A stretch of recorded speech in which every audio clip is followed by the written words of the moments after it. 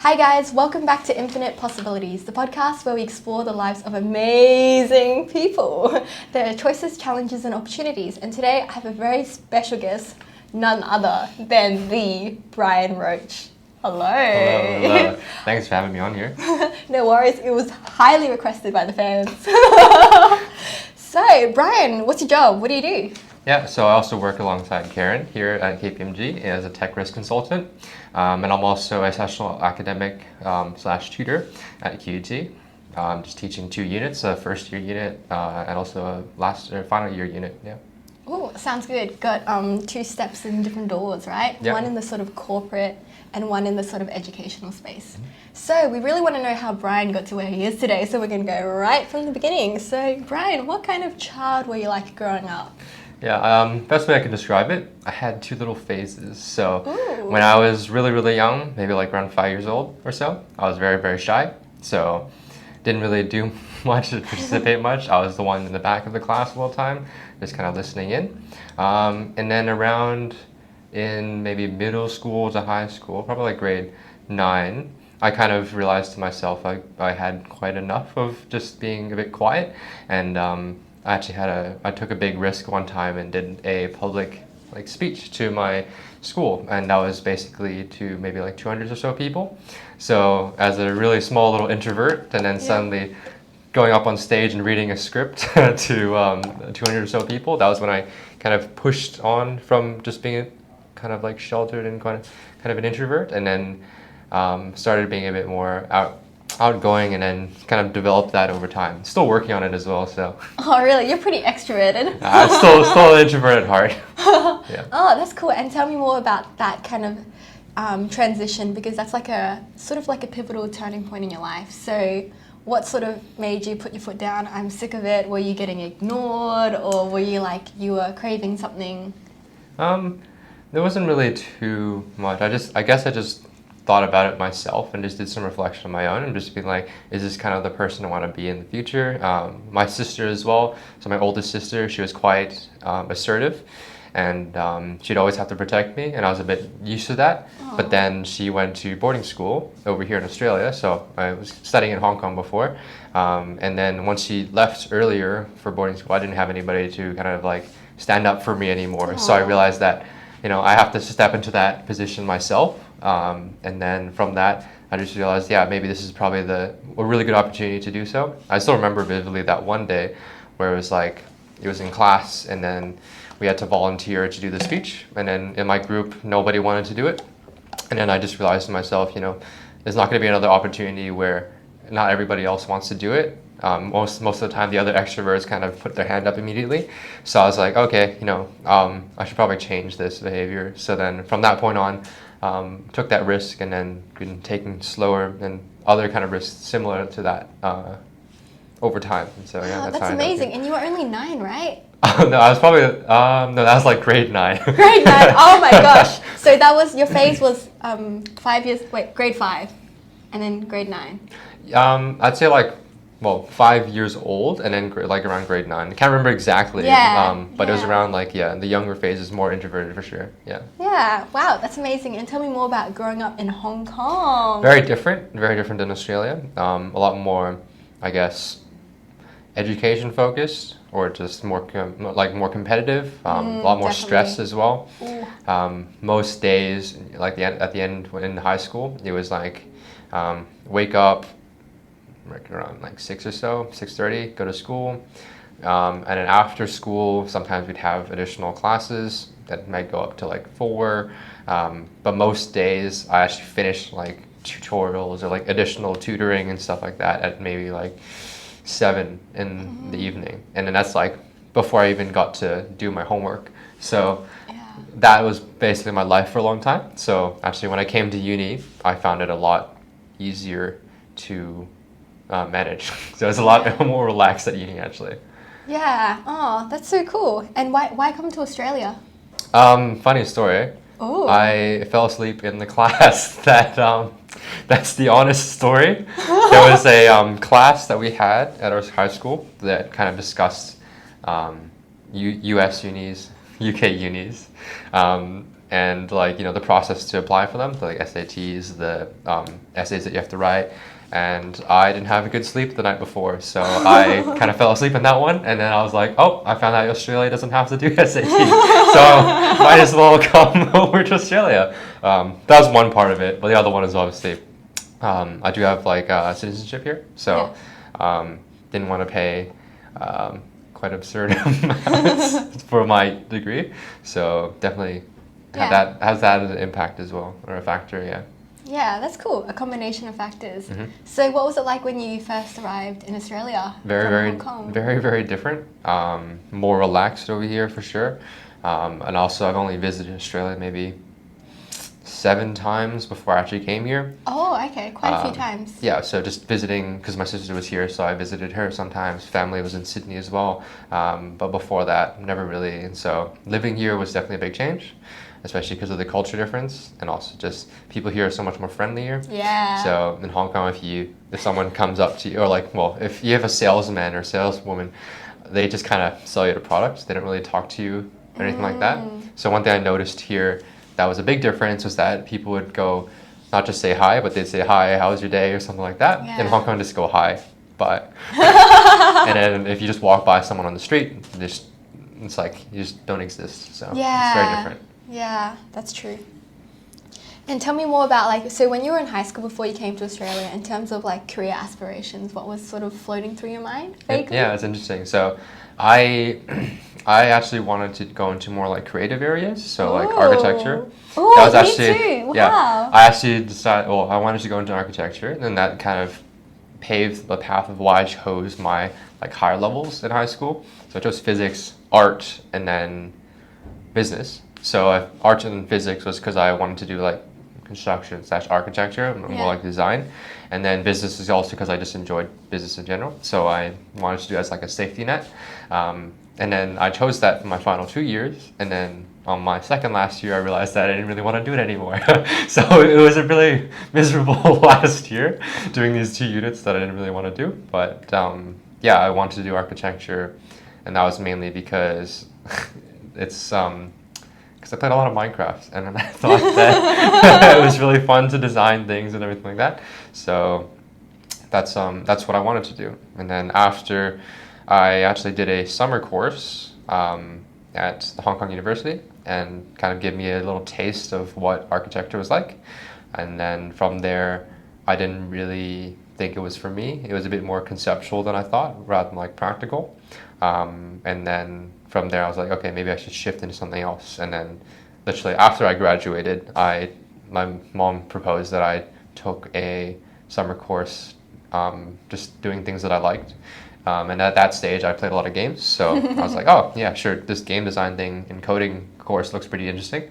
So I did that, and then that's where I started getting into the game side. And then that's what pivoted me as well to study games at QUT.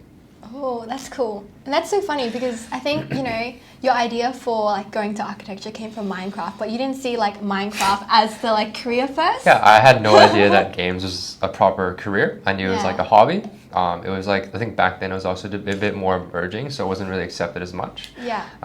And then, yeah, like once I realized QUT does offer a games design or games programming course, essentially, I was like, wow, yeah, perfect. Might as well do it. Yeah, that's cool. And what were your parents like in regards to like your decision? Did they have other future plans for you? Engineer, doctor? No, my parents never liked that. They were all very, very lenient and just kind of do what you like. So they supported me all the way, and they're like, they're actually laughing sometimes. They're like, oh, all the times that you were playing games, we didn't realize that you'd actually be doing it in the future. Yeah. So all the times they were trying to get me off the computer was actually not in the benefit of my future. Yeah. Because that took away some of my research time, right? Yeah. Oh man, that's pretty cool. So yeah, tell me what it was like studying games at QUT. Was it what you hoped it would be? It's a lot more than I hoped it to be, actually. Oh, so wow. When I started doing it, I had no idea about how to make games or anything like that. And what I did specialize in was the software technology major. So that's essentially just the programming side of the games. And what I got from QUT was not just that, but also got to delve into the design and also like modeling. So in game development, you essentially have like the modeling, the programming, and also design, and then / animation, that kind of area. And I got to kind of touch on a lot of those areas. And because it was a really big passion of mine, I definitely did a lot of personal project on the side and kind of just research on my own. So that got me a pretty well-rounded view of all the aspects of it, and definitely a really fun and really hands-on degree that I really enjoyed. Yeah. Oh, wow, that sounds pretty cool. And you did a double degree, right? So that was part 1 of your degree, and part 2 was? It was business and management. Yeah, and why do that?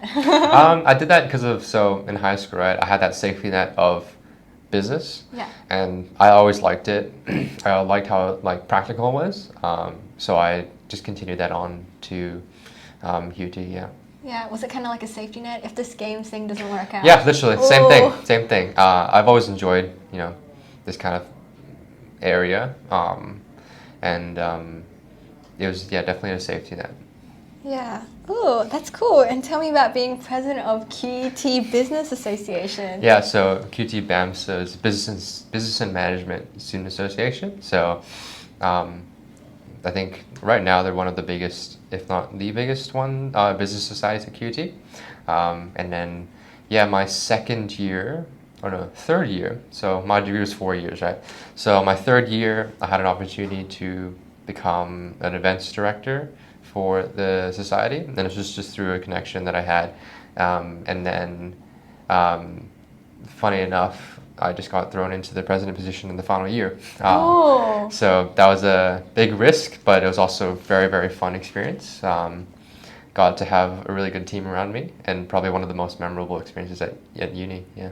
Oh, wow. And how did you sort of get thrown into it? So funny, it just was that right time, right place. Also, it's not to say that I didn't have a lot of contributions when I was in the team before. I was quite active and I really wanted to change a lot of things when I was there, but I just wasn't in the position to do that as an events director. And then just coincidentally, all of the people in the top positions left. So everyone just moved up, and then naturally I was the one that was the most active and everything like that and had the most ideas. So I got moved up there. I was actually at that stage, I was planning to go for vice president or something like that. I wasn't actually going initially wasn't planning to go for the top position, but then I just took the risk on anyways, so it ended up well. So wow, that's awesome. So uncontested for president, yeah? Quite. Well, we had discussions around it, and I did get a lot of everyone else's input, and then we all kind of unanimously agreed that we thought that I'd be probably the better president. fit. Woohoo! Yeah. Hopefully for the country one day. We'll see. Wow, sounds good. So wow, that must have been a bit crazy because you did it in your last year, right? Being president and trying to finish your degree. So how was it balancing both worlds? Very, very. Yeah, I didn't have much of a social life. Ironically, in the association that you were in. Yep. The only events I really went to were ours. But it was definitely, running BAMSA was quite like running a little startup, especially because I ran it in such a way. So I was always had my phone up. I had the Slack channel we had open, and then just constantly making sure things are okay, events are coming up, and especially because I cared so much about it. It was really like a passion project. So I was definitely on call a lot, or just being available. So it was quite difficult and quite stressful at sometimes, especially because the structure of us or as a society was like that. We'd have peaks and troughs. So when there's a lot of events coming up, we basically do all the planning then, and sometimes we just have no events during the breaks and everything. So there were definitely phases where I'd have a lot of events and also a lot of assignments at the same time. So luckily, I was the type to finish a lot of my assignments quite early. So that way it would... very well organized, no? Yeah. I made sure to do things maybe a week in advance. I'd aim for a week in advance at least, and then that way I can stay on top of it and perform. Yeah, and so how do you sort of motivate yourself? How do you sort of stay disciplined? I wouldn't recommend this way of motivating. It's a bit more stress driven, but what I did was I put a timer on my screen, on my computer screen. So if I had an exam coming up or assignments coming up, I have a countdown timer that shows me the time, the days, the hours, the minutes, the seconds until it's due. And I'd have that on my screen 24/7, so that if I'm doing anything, I can look at it and be like, okay, it's due quite soon, so I should start doing it. And sometimes I'd also put the deadline on my calendar, like maybe 2-3 days before it's actually due, and then just forget about it. And or I did it at the very beginning of the semester. So sometimes I look at it, I'm like, oh, it's due next week on Monday, when it's actually on Wednesday, and I just still submit it on Monday, and I realize, oh, I just lied to myself, but I still finished it anyway, so submit it.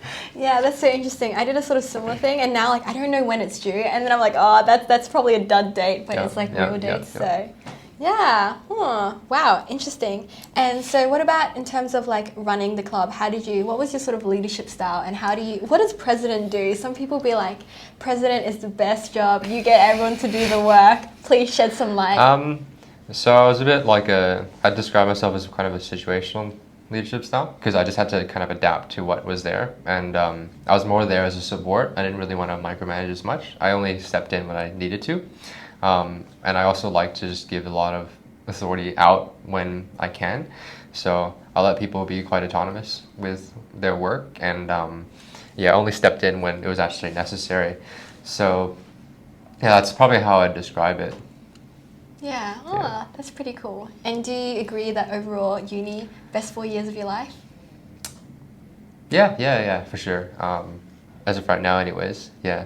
Yeah. A lot of freedom, a lot of good friends that I met, a lot of good connections, a lot of good experiences, and a lot of good like learnings as well, for sure.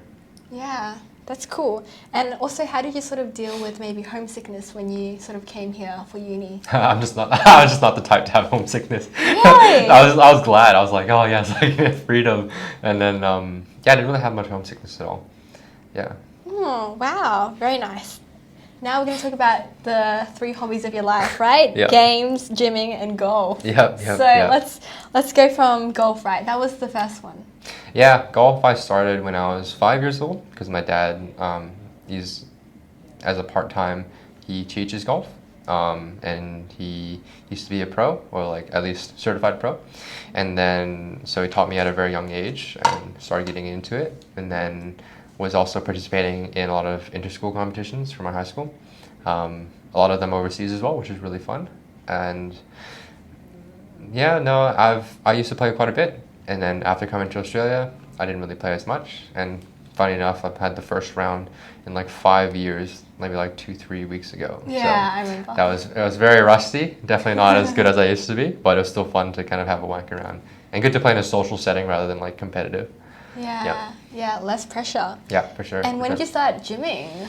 Gymming, I started maybe in final year of high school, but I never really got serious until maybe first year of uni.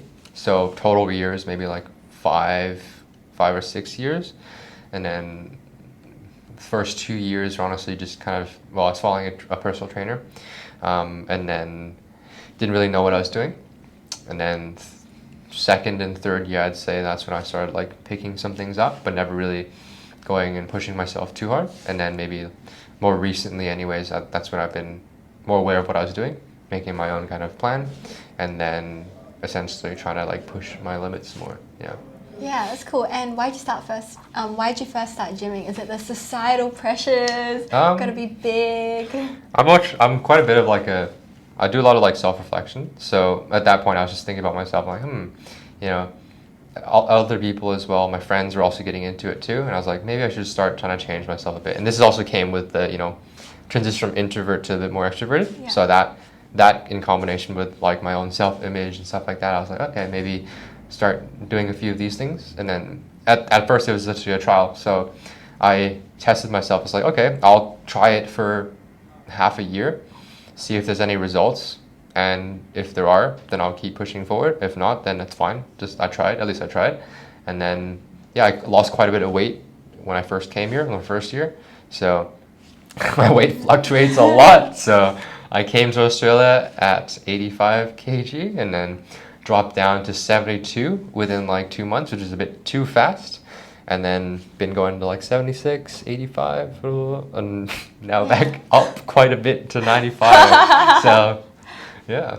Yeah, quite a journey. Mm-hmm. Nice. And tell me more about gaming. You started this when you were pretty young, right? Yeah, pretty much. Like as young as I can remember, I was always playing games on on the Game Boy back then, and then Xbox and all that stuff. Just playing my entire life.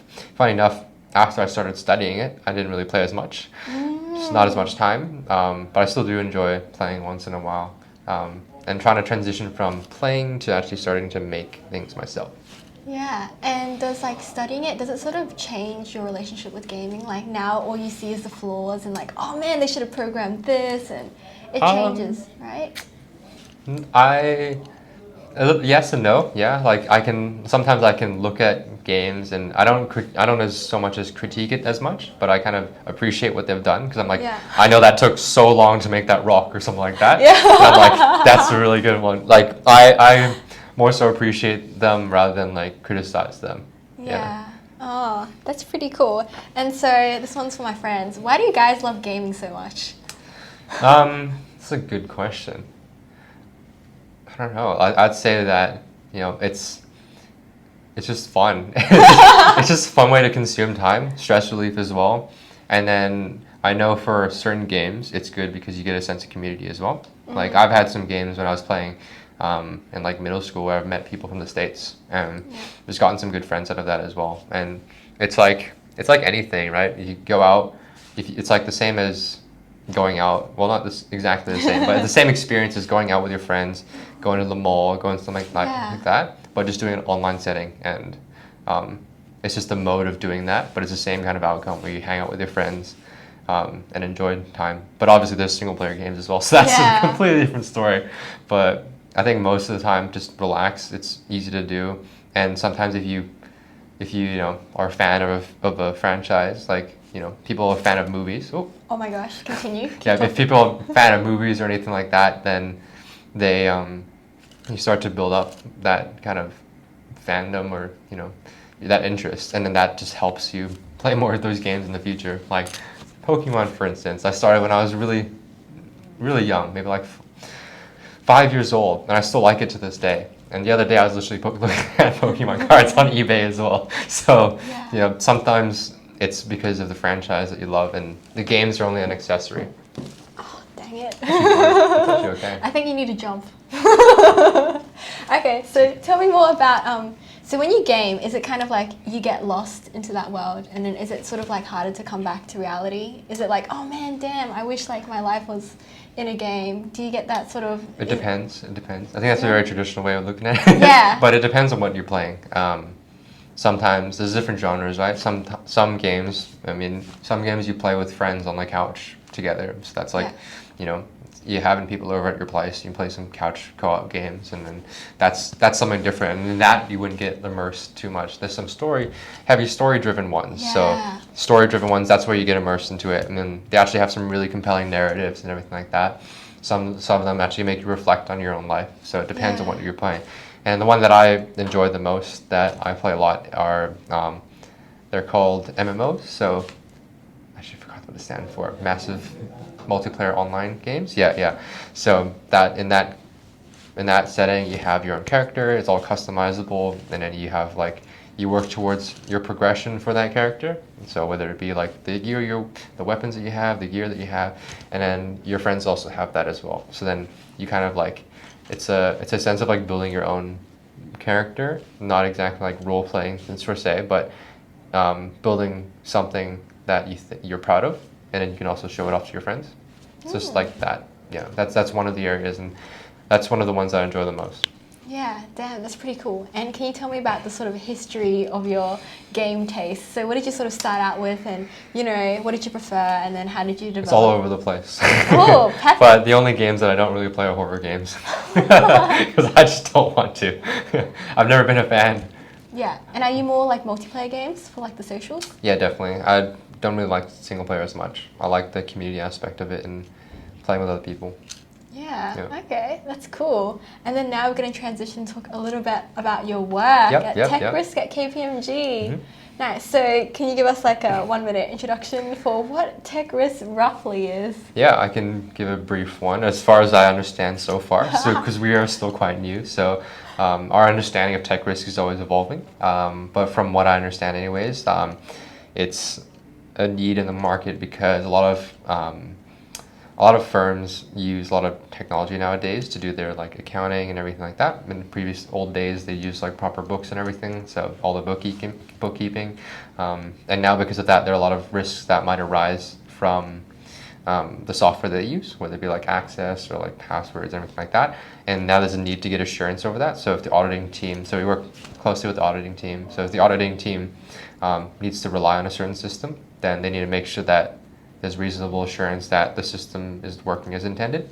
That's where we come in to help them just be, to just rest assured that the system is safe and they can rely on the information that they get.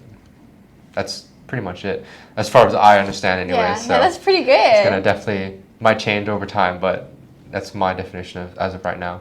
Yeah, that's cool. And tell me like what you enjoy and maybe what is more difficult about tech risk.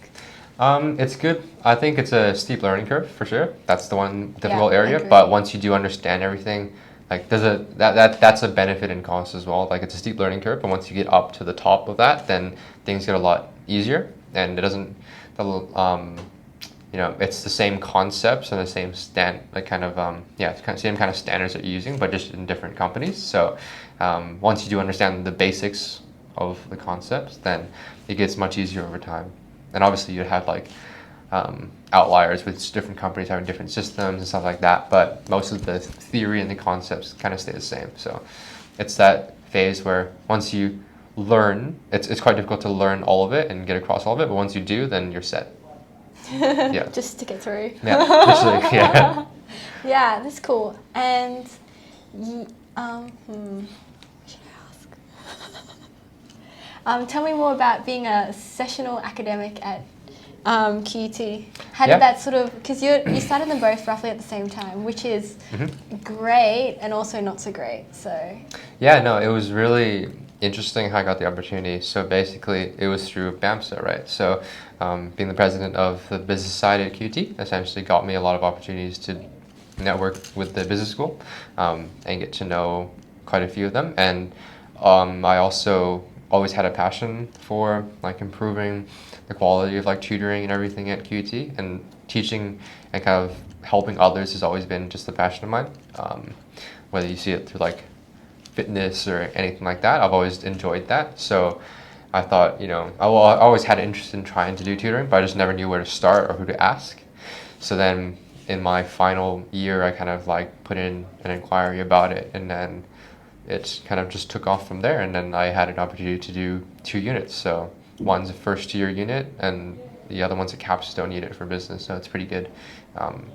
It's really good experience and really fun to do actually, because I get to chat with a lot of new students, and then so first year I get to see all the bright new faces who are eager to learn, and then the final year where everyone's done and trying to get out of it. But it's good to see both sides of it, and I think especially because I'm quite young and you don't get as many of the younger tutors in, I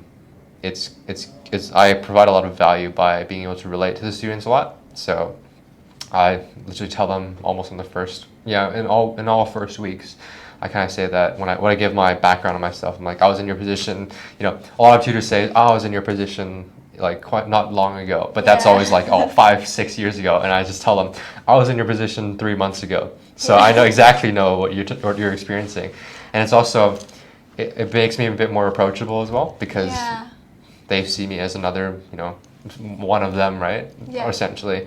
So they ask a lot of questions, and the feedback I've gotten so far from semester 1 anyways is really good, and I can see that I like making this kind of difference and making sure that their experience is like the best they can have. Yeah, that's beautiful. That's wholesome. It is wholesome. Yeah, and everyone wants to know how you juggle these double lives. Ooh. Not easy. So my schedule is like, I teach 2 classes, but I do it after work hours, so 6 to 8 usually. And just a lot of work. So weekends, usually I only have one day really free, so most of the time Sunday is the day that I do all my preparation for tutorials and everything like that. But the good thing is that Sunday is rest day. no, Saturday is my rest day. Yeah. And then now the good thing is that with these tutorials, it's that once you know a lot of the content, then a lot of it's repeatable. So as long as you're across it and you've learned it once, it just gets exponentially easier. Obviously, both those units are on different case studies, so that will change, but the fundamentals are going to be the same. Teaching as well is going to get easier. Like I was certainly, telling you that story before about speaking in front of a lot of people. That doesn't mean I was a good speaker at all. Yeah. It was a pretty horrible speech actually, but it's also given me a lot of opportunity to develop my public speaking, because my first semester I had like 50 students in my class, and then I also haven't done that unit before, so I had to learn a lot of the content quickly, and then just present it and be across it, and know how to answer all the questions that students have. Yeah. Oh, that's hard. Yeah. And how are the nerves? Is it like pretty natural now for you to speak? Or? Yeah, pretty natural. And the way that it was only the first class, because I was just never done it before. So first class in that one subject, but after that it was much easier because I got along really well with the students, and the teaching style that I have is quite informal. So I try not to be like, I try not to separate myself from them. So a lot of times when we do discussions and everything like that, I like to split it up, and then I just kind of walk around and sit with people, and then like I sit. So I try not to like stand above them or anything like that. I actively try to like go down to the level and just sit beside them and be like, okay, so what do you guys think about what I said, or like this discussion topic? And then I'm always like very open as well, like, oh no, it's completely fine if you don't know. Like if you don't know the answer, I'm not going to force you to say something. Just let me know, and then we'll move on to the next person, something like that. Just being like more open and lenient, and I think that helps a lot for them. Yeah, that's cool. Nice. And now that you've officially graduated since last year, what is your sort of advice to, I guess, the young people? What type of advice? I guess one is probably in terms of like finding passion, what to study at uni, and maybe just general, like what kind of stuff you would tell your younger self, kind of vibe. I don't know. I feel like from what I've experienced, doing a double degree is really, really valuable, because that gave me an opportunity to do something I really liked, and also just do something that's a bit more safer. I don't know, like if they offer that offer all these combinations of what everyone wants to do, but sometimes I think that was definitely a good idea for me, just to do something that I was really passionate about, and not to say that I can't make a career out of it later, but just having that safety net there as well. So maybe always having a plan B is good, especially when trying to go out into the workforce and everything like that. I guess just definitely join a society is what I would highly recommend. Like just try and get into one of them, because it changes your uni life a lot. And I know that everybody that I've known who's in one of these societies, especially the good ones, the good ones. Yeah, the good ones. The competition. No, the good ones. Then you make a lot of good friends. You're also with people who have like the same mind, and you find a lot of different opportunities from it as well. Because I didn't actually intend to apply here at KPMG until someone was telling me about it in the business society. So in BAMSA. So literally like a week before the deadline, he asked me if I applied to any of these companies, and I was like, I probably should. And I looked into a lot of them, and obviously KPMG stood out, and I was like, yeah, definitely want to apply to there. But if he didn't tell me that, I probably wouldn't be here. So that's the thing. Like you never know, right? Yeah, the opportunities. And was there like a QT game society? There was, but it wasn't as well developed. That's the thing. Yeah. I went to like a few of their events, but I think at that phase, I think leadership and everything was just a little bit. It was also like it wasn't as organized at that phase. Yeah, so, less structured and stuff like that. Yeah, I think it was harder for them to get a lot of people participating. That's all. Yeah. Oh, they lost a good president. I offered help a few times, but they never took it, so it was up to them. Fair enough. Now a few kind of random sort of questions. So Bryan, how do you manage stress? We all need your help. Yeah, it's funny you say that, because I get it a lot that I'm quite calm when it comes to stress, but Are you like internally freaking out, but you have that sort of, you know, confident I facade? think it depends on what the stress is about. I actually do stress out a lot about a lot of things, and I just don't really show it as much. Yeah. Are you a chronic overthinker? I do, yeah. I overthink a lot of things a lot of times. Sometimes I think that for a lot of outside people, it might seem that I don't have a lot of stress. But for people who are close by, they're like, you gotta stop stressing. It depends on how well you know me. I think if you know me really well, then you know that I panic quite a bit. But I always just do that personally to all my friends, like just message them a lot of things and things that I randomly think about. But a good way, I think, in general, though, to manage stress, depends on what it is, though. Don't take this as like a template for everything. But it's just like sometimes it's just better to not care as much about something, or just distancing yourself from it a bit, because then if you're so stressed out it impacts your mental ability to work or do anything like that, then it's not going to help the situation. So it's better to just step back for a bit, take a chill, and then do it again another time. Not procrastinate it, but like at a better time when you're more mentally ready. Yeah. Yeah, that's some good advice. Yeah. Yeah, and also, how did you become so good at Excel? Yeah, so I wouldn't say I would say that I'm not that good. Certainly not to the extent of the world champions that were up like a few months ago, or a few weeks ago. I'm just pretty good at like reformatting a lot of text and everything. That just came from experience and also just interest in it. Yeah, just a lot of just do that as part-time work as well, like mostly just Excel things, and then exploring things as well. And I also have like a knack for wanting to automate things or make things more efficient, so that helps out in me learning more, because I'm like, even so an example like in BAMSA, right, I've made quite a few sheets for us that help standardize a few processes, and then in my head I was always like, you know, we're doing this thing so many times, is there a better way to do it, or just better way to not waste everyone's time, especially because we're all students, right? So then after thinking about it, I just do a bit more research, and then it turns out, oh, you can do something on Excel to solve that problem. And then that's how I kind of developed that a bit more. So just from experience and also just passion of making things more efficient. Yeah, that's pretty cool. And what was your sort of learning, like what kind of resources? Were you a guy who just like YouTube watches, like follows, or just Google? I just Googled it. I still Google things to this day. Especially because I'm more of a Google Sheets person rather than an Excel person. I remember this. Yeah, I prefer Google Sheets more. Don't hate me for that. Yeah. But even nowadays, like sometimes, you know, there might be a Google Sheet formula that exists, but there's no Excel one for it. So I gotta just Google it, like, how do you split text or something like that. But still, you know, it's also the whole thing about coding as well.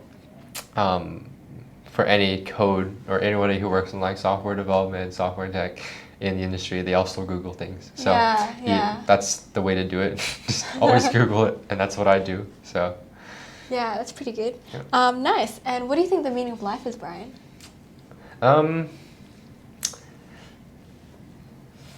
That's a very, very deep question. For a guy who reflects a lot. Let's go. Yeah, take a while to reflect there. It's just in your opinion and just for you. It's not like a template for everyone's life. Yeah, I'm going to tell everybody how to live their life. Yeah, there we go. No. I don't know, if you think about it this way, right? Like, it's a bit grim to think about it this way. Love it. But, like, you know, when you're on your deathbed, the only thing that you have left isn't like really the material things that you have in your life, but more so just all the experiences that you've had. So, you know, you could have all the wealth you can have, but that's really not going to be the last thing you're going to remember when you get to the end of the tunnel, right? You're not going to be like, oh yeah, I have like 3 million in the bank. Yeah, flashback. You know? That's not really going to be what you're going to flash back to. So from that, I'd say that, you know, meaning of life is to make the most memorable experiences that you won't regret. And that's also you know, linked to what I thought before of like changing myself and just taking these risks that you don't normally take, and then using that to better yourself. because at the end of the day, it's not going to matter how much you have in the bank. It's not going to matter, how many cars you have, stuff like that. Obviously, that would help some experiences. Not going to deny that, but at the end of the day, it's just up to you, what you've actually experienced as a person rather than what you have. Yeah, that's pretty cool. And that's pretty cool to work backwards, to start from the end, to know how to live at the beginning. Yeah. Yeah, and tell me more about your self-reflection journey. How does one become so enlightened? I feel like I've been conditioned by high school because I did the curriculum that we did was International Baccalaureate. So that's essentially, it's a global curriculum, and in that you actually, they teach us a lot about reflection with everything. So really? we started doing this when we were like middle school age, even, well, we would have been like 11 or 12. We start reflecting on ourselves, like not on a deep level like this, but like reflecting on our own performance. And then there's always, our assessments was like, do a project, do something, and then do a self-reflection. It's always that. So that definitely impacted a lot, and that's why I think about it a lot. And I'm quite critical myself as well. Yeah. So that works hand in hand with that reflection thing. Yeah. Wow. Do you make it like a formal kind of schedule, like do a monthly reflection after No, engagement? just ad hoc. So ad hoc. And it happens at like 3 a.m. at night a lot of times. So sometimes I just have these moments where like I see something or like I just start thinking about it. I don't journal it down. It just comes. It's just in my head. So sometimes I just sit there. It's usually in moments where I'm like alone and it's just like silent, or I just can't sleep and I just start thinking about things because I'm an overthinker, right? Yeah. Random things pop into my head sometimes, like, oh yeah, I should probably, like recently I was like, I should start like taking up swimming again and being more active in that area. And then I looked up like where I can join to swim in like a pool around here. Yeah. But still haven't actioned that, so still have no time. But so by the time this is released, which is probably next Friday, you should be a swimmer, right? We'll see. I haven't set a countdown for that one, so can't say for sure. Yeah, sounds good. And how do you sort of manage your overthinking in general? I know you're still working on it, but it's mostly through friends. So just venting, trash can. I have like 2 really good friends, still from Hong Kong, and we haven't seen each other in ages, but we've known each other since we're like 5. So literally we grew up together. We know each other so well, and we're just like basically really, really close. A lot of times we have a group chat as well, and we just kind of say anything that we want to say, get it off our chest, anything, and there's literally no filter at all. And sometimes like you just say things and then they help you go through that. So it's like a little mini therapy group sometimes. And it just depends on what you say, right? And sometimes I've been like, oh, I'm thinking about this, what do you guys think? And then they just give me some advice, and then that helps manage it a bit. And not just them, but other friends as well, like close by. Whatever, if I'm starting to overthink things, I just kind of like express my ideas to other people, and then get a lot of advice from them about what they're thinking. Because a lot of times I'm a bit too critical myself, and I do understand that sometimes. And sometimes it just takes someone else to tell me that, you're being a little bit too critical on yourself. And it's funny, it's kind of reversed as to like what a traditional Asian household is like. I was always the more critical of myself versus my parents. So even like when my high school results came out, I wasn't happy with it, but my parents were happy with it. And I was really, you're your own parent. You're your own I was my own tiger mom. I was very disappointed with myself. And then that's what kind of pushed me to do better at uni. And then even at uni, when I was not getting like perfect, I was like, should have done better. And my parents were like, you gotta relax. You're doing great already. But so it's just from others waking me up sometimes and just telling me, oh, you're being a bit too critical about yourself, or like you're overthinking it. You're still like 23 or whatever. You shouldn't be thinking about all this stuff just yet. So that's most friends support. Friends for the win. That's what you'll be thinking about on your deathbed. Flashback to the therapy sessions. All the therapy sessions that I had to go through with all my friends, and how much I got to pay them for all the time. Yeah, friends are the best free resources. Do you run your therapy sessions over like a call video, or are you just mainly a texting guy? Just chat. Chat. I don't really call too much. You have really fast reply rate and really speedy fingers. Yep. I type pretty quickly. That's That's from games for sure, and that helps me respond pretty quickly. I prefer to leave messages in other people's courts. I don't really like it when people are waiting on me, so that's why I respond almost instantaneously. Yeah. Like, and it does help that I can type pretty quickly. So just then do whatever I'm doing. Yeah. Isn't that super distracting though, to always have messages pinging? Because you reply quick and then they reply and then you reply and then blah, blah, Well, blah. it's not always the case that they would reply back instantly. So sometimes it is distracting, but It should sometimes, be so distracting, man. but also I see like you have it on your like Apple Watch or whatever. yeah. But sometimes it's I've kind of like been conditioned to be okay with multitasking in terms of like chatting, because like when I played games, right? Yeah, I'd be that's true. chatting while I'm doing things. Like I'd be like, you know, killing some sort of boss and then just chatting like in the middle when they're like recharging or something. I'm just like typing to my friend like, hey, you know, so Yeah. you know, it's like multitasking in that way is you know, the games in that way have helped me multitask and kind of be able to just quickly type something and then go back to whatever I was doing. Yeah. Yeah, oh, that's pretty cool. And so, if you won the lottery tomorrow, Bryan, what would you do differently about your life? I feel like I'd put like half of it into savings, Nice. half of it into Very saving. conservative. But also, you know, just start planning for like future life. So maybe like get myself like a house or apartment or something like that. Wouldn't change too much about myself now though. I'd just maybe like buy an apartment or something like that. I wouldn't go like spend it on a night out or anything like that. I'd still try to progress my career, and then I still wouldn't give up anything I'm doing right now. Like I would still be working here, and I'd also still be. Whoa! You hear that, guys? You hear that? Yeah, I'd still be working here, and also still be doing tutoring for sure. And definitely tutoring is something I want to keep doing till whenever I can't do it anymore, because I do enjoy it. And yeah, so I wouldn't really change too much. It's just about like where I'm living. That's all. Yeah, that's awesome. So pretty much, if Bryan won the lottery, we wouldn't know. Yeah, you wouldn't really know. You couldn't tell. Oh, maybe I already did. Address? Oh, that's a bit suspicious. Yeah, maybe I already Ooh. did several times. You wouldn't know. Sounds good. Cool. And so the last question is, what is your ideal perfect day in the life? It can be like work related or non-work related, up to you. Ideal day in life. I wouldn't wake up. I'd just be napping the whole day. Wow. So if you won the lottery, you'd still come to work. I would. But I'd have like longer naps on the weekend. Yeah. Sounds good. So we're pretty much at the end of the podcast. What's your kind of experience? A lot of people are scared to be on my podcast. So some wise words.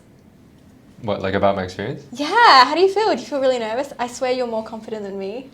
No. I like to wing things a lot, so I just like take it as things go. So are you talking about like my expectations for this, or? Oh yeah, sure. Let's go into that as well. Well, can you rephrase the question a little bit? Okay, so what did you expect, and how was your experience on this podcast? Yeah, I've watched a few Oh, good on you! Finally. minutes of a few episodes. I've skimmed a little bit, so I do know what you do talk about, and no, I actually like this experience a lot because it's good to reflect. This is a whole reflection journey, right? This is literally, an entire reflection journey, and it's good to look back on yourself and think about all these different things that, made you the person you are today, and also look a bit about the future with those hard-hitting questions about life and everything like that. But I do like talking about this a lot, and I do find myself sometimes even chatting with friends about this kind of deep level talk. So yeah, no, definitely, I did enjoy it. Yeah. Oh, that's good to hear. So we're pretty much at the end. Wave bye. Bye.